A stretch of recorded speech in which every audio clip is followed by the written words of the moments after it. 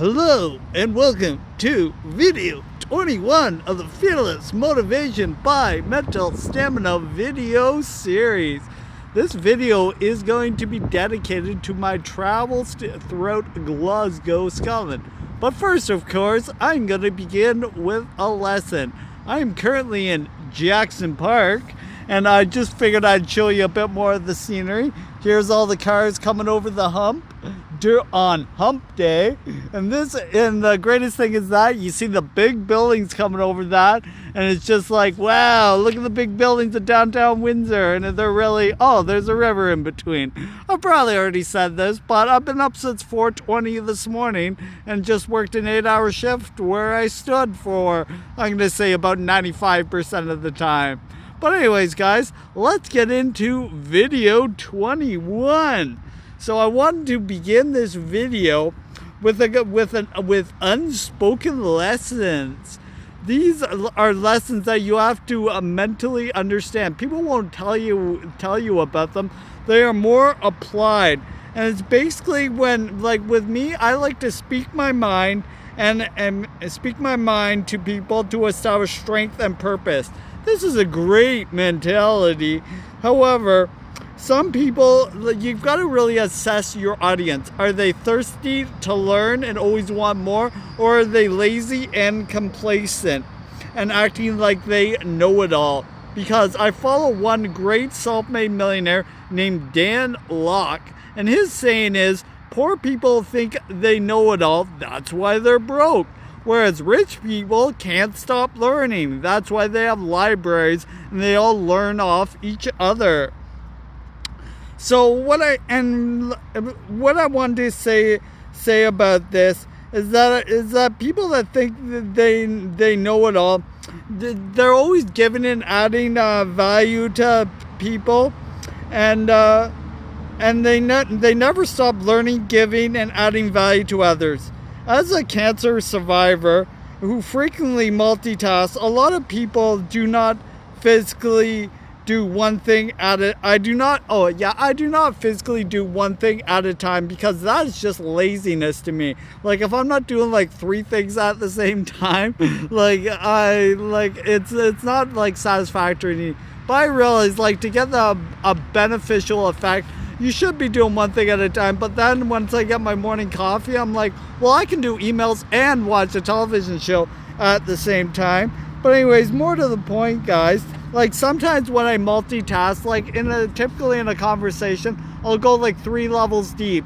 Like if I see, like yesterday, I was talking about, I asked a guy what his favorite food was, and then I also was thinking about burgers, and then Wahlburgers, and then Donnie Wahlberger and New Kids on the Block. But anyways, like that's where my mind goes off, because I'm always thinking about multiple tangents at the same time. And sometimes I'm connotated as stupid, but I'm actually quite like literate, and I'm always thinking, and I'm just getting the videos out there for you guys because I've made a commitment, and that is the biggest thing for me.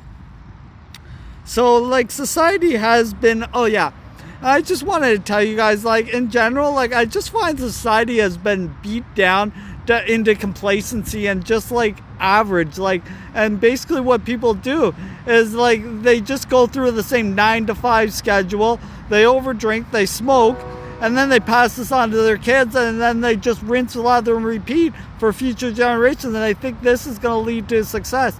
This like mentality is shared by, I'm going to say, like 80 to 85% of mentality of people who just don't go ahead and grab the brass ring.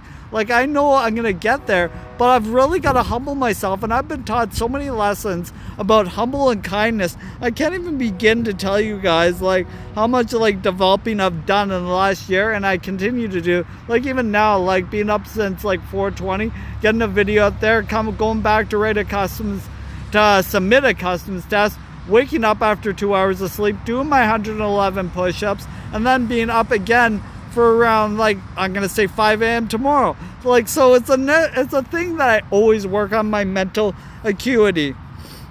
But anyways, what I was saying, like, also, like with this, like what they also do is they, like this generation that I'm talking about, that they're like kind of like fish in the barrel. Like they eat poor meals that provide no energy, and then it's repeated like over the course of 30 years. So basically what I wanted to get through in this like a thing that I'm telling you guys is like, I've got some pretty lofty goals, and like that's why I put forward my nutrition first. Like I just said, like I'm gonna be circumnavigating the world in push-ups over the next year, doing 100 video YouTube series, which I've never even done. I want to get a new car. I want to stay professional at work during times of crisis, and get some female friends to have a good time with, and. Also, when I mention large numbers to people, oftentimes I'm met with ignorance and indifference just because they don't understand my mindset and my like nonstop mentality. Because like I said in the last video, guys, like I'm not afraid to die, and I'm just so excited like about life, and I like that it's getting warm out, and now I'm like, this is gonna be the summer of Witherspoon, like off the Simpsons, the summer of Millhouse. But anyways, like it's just my excitement.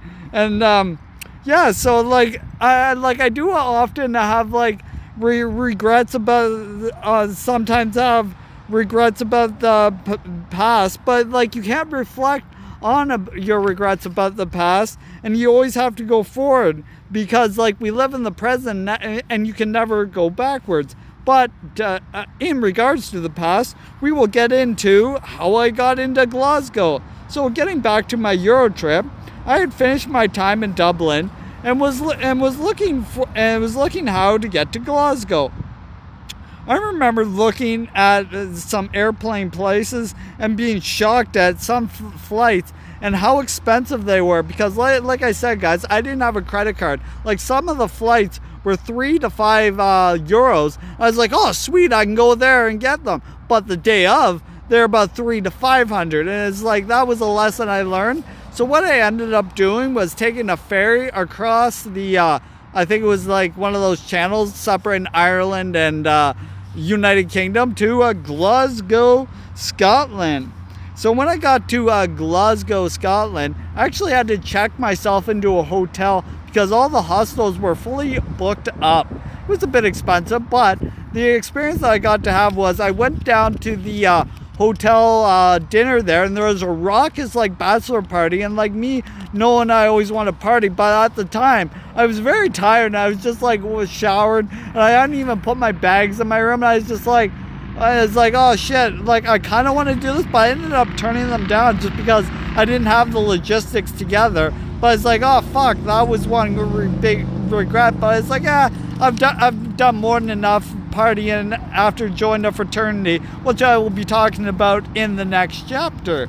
So that is my one thing. And also in Glasgow, like through the days I was there, I did happen to visit the Glasgow Botanical Gardens and the Glasgow Necropolis, which was quite interesting. So in my next videos, guys, like I'm gonna be dictating where I went to next, which was Edinburgh, the capital of Scotland. So that just about does it for this video, guys. And lastly, I'll just say it is day 33 of my push-up challenge. After I finish today, I will have done 3,666. So I've only got, what is that? A little less than 333 days left to go in the year before I reach over 40,000 push-ups. But anyways, guys, it's been a pleasure, and Kaizen, baby.